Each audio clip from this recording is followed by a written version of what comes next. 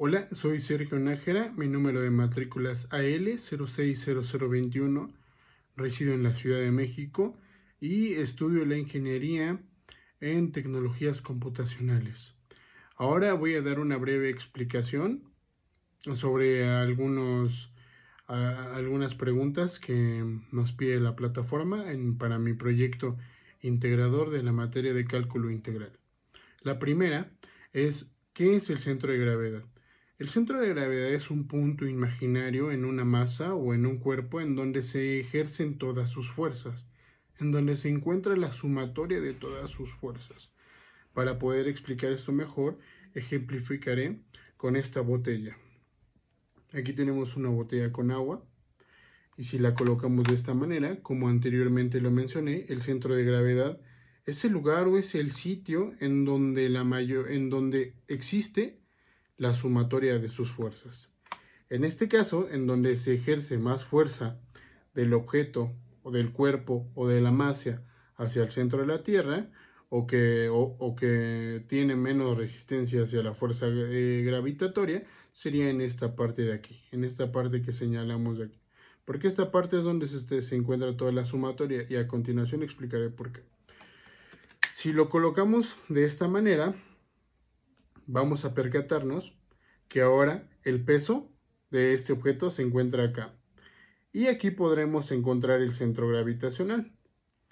Eso puede ser visto a simple vista o puede ser visto simplemente así levantando el objeto, pero para poder distinguirlo mejor en física, si nos podríamos imaginarnos unas líneas que en física conocemos como vectores, que en este caso irían de aquí hacia acá.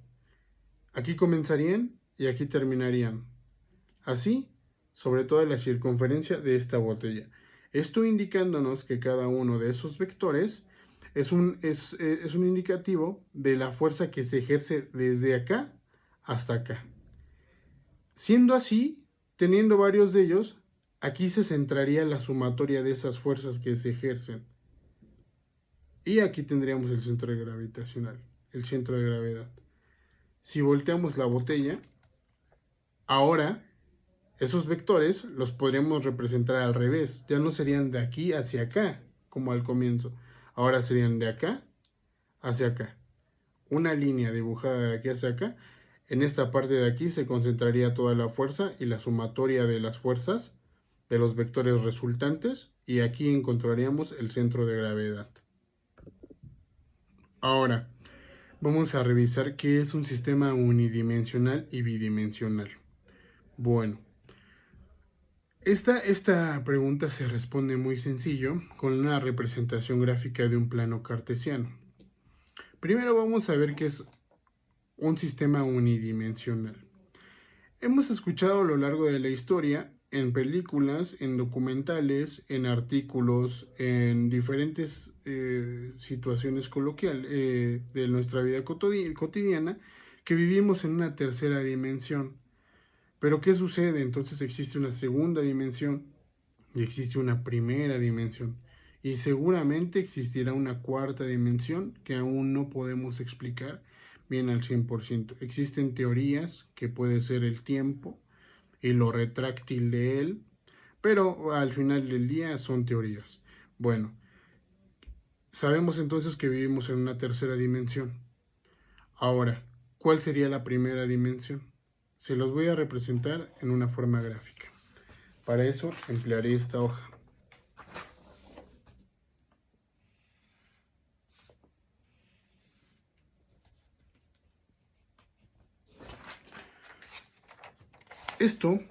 Esto sería una dimensión, un sistema unidimensional, en donde todo lo que exista solo puede ser representado de una forma plana. Es decir, esto se vería solo como una línea. Y tal vez la hoja nos ayude a representarlo mejor. A ver si es posible. Bueno, si es posible hacerla de esta manera. Podríamos decir que lo súper delgado de la hoja sería una dimensión y sería lo unidimensional. Ahora, si a esta línea le agregamos una a la mitad,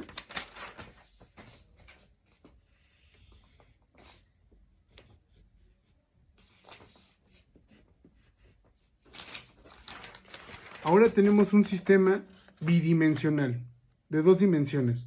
Ahora las cosas ya no solo se representan de forma horizontal, sino ya pueden tener una altura. Y aquí podríamos construir entonces un cuadrado y quedaría de esta forma.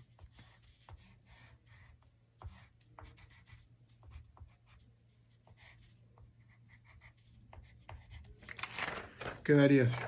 Ahora ya tenemos bidimensional, unidimensional y bidimensional. Tendríamos una base y tendríamos ahora una altura. Y si es que quisiéramos representar la tercera dimensión en el cartesiano, tendría que salirnos algo así. Tendríamos que dibujar otro eje más en el plano, en nuestro plano cartesiano. Y ya podríamos representar ahora ya no un cuadrado, sino podríamos representar entonces un cubo.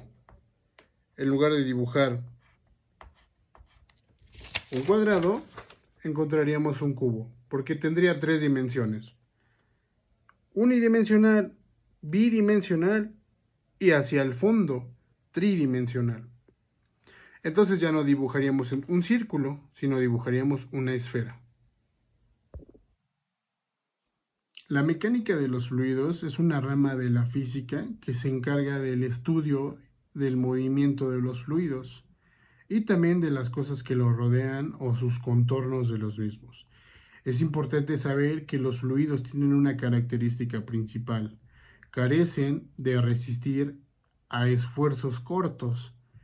Por eso es que los fluidos no tienen una figura o una forma definida, a diferencia de otros materiales, como puede ser el acero, el metal, el carbón, los polímeros, etc. A continuación voy a ejemplificarlo con una botella de agua. En este caso, como ya lo dije, estamos empleando una botella de agua que tiene un nivel 0 en la tabla de las viscosidades, y si nos percatamos, no tiene una figura.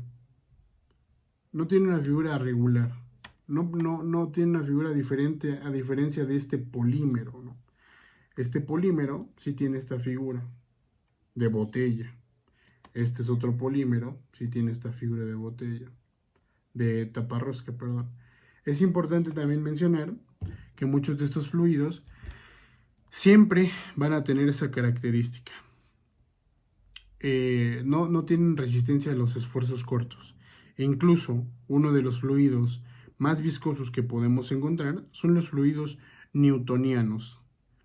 Estos tienen otra característica, que si se aplica fuerza constante, estos serán más blandos y podrán sumergirse dentro de ellos. Pero si se aplica fuerza de un solo golpe, jamás se podrá traspasar ese líquido newtoniano. El principio de Pascal es una ley física emitida por el francés Blaise Pascal, que también está enfocada en el movimiento de los fluidos. Esta ley nos dice principalmente que toda la presión que se ejerza a un fluido que esté equilibrado y dentro de un recipiente será emitida a todo este fluido y será proporcional a la presión ejercida, al igual que será transmisible la fuerza de presión por donde recorra este fluido. Esto quiere decir que si tenemos dentro de una manguera un fluido y ejercemos una presión, ejercemos una fuerza, esta correrá por la manguera de forma proporcional. Si lo dibujásemos o si lo representásemos con vectores, como ya lo he mencionado en los temas anteriores, sería la misma cantidad de fuerza ejercida de este lado, resultaría de este otro lado, dentro de la manguera. Este principio se emplea para los pistones. Voy a ejemplificarlo con un pistón retráctil. Un pistón que sale y que regresa.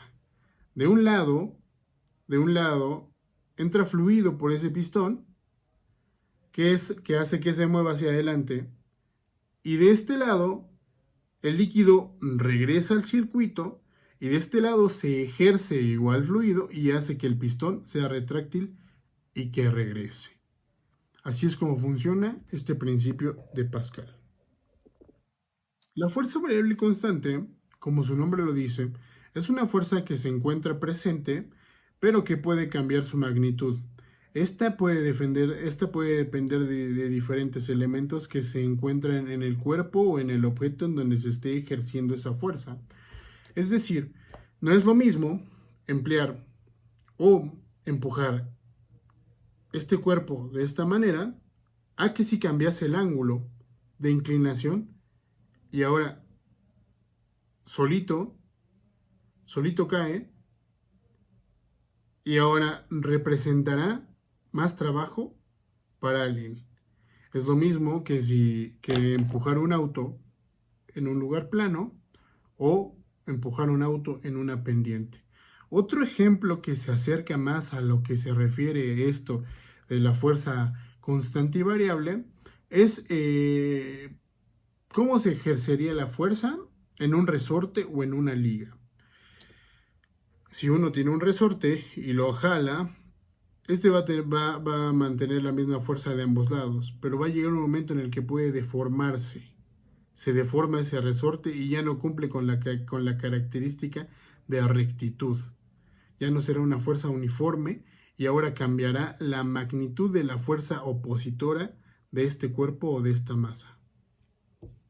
De la física, que nos explica por qué es que en algunas ocasiones algunos materiales, algunos cuerpos, algunos objetos, algunos compuestos químicos cambian de forma o de volumen dependiendo de la temperatura a la que estén expuestas. Si hay algunos materiales como el plástico o como las ligas o como el papel que, que por ejemplo un pedazo de plástico si se ejerce si se ve sometido a cierta temperatura podríamos moldearlo. Esto cambiaría su figura, esto cambiaría su longitud, esto cambiaría incluso su volumen. A eso se refiere la dilatación térmica.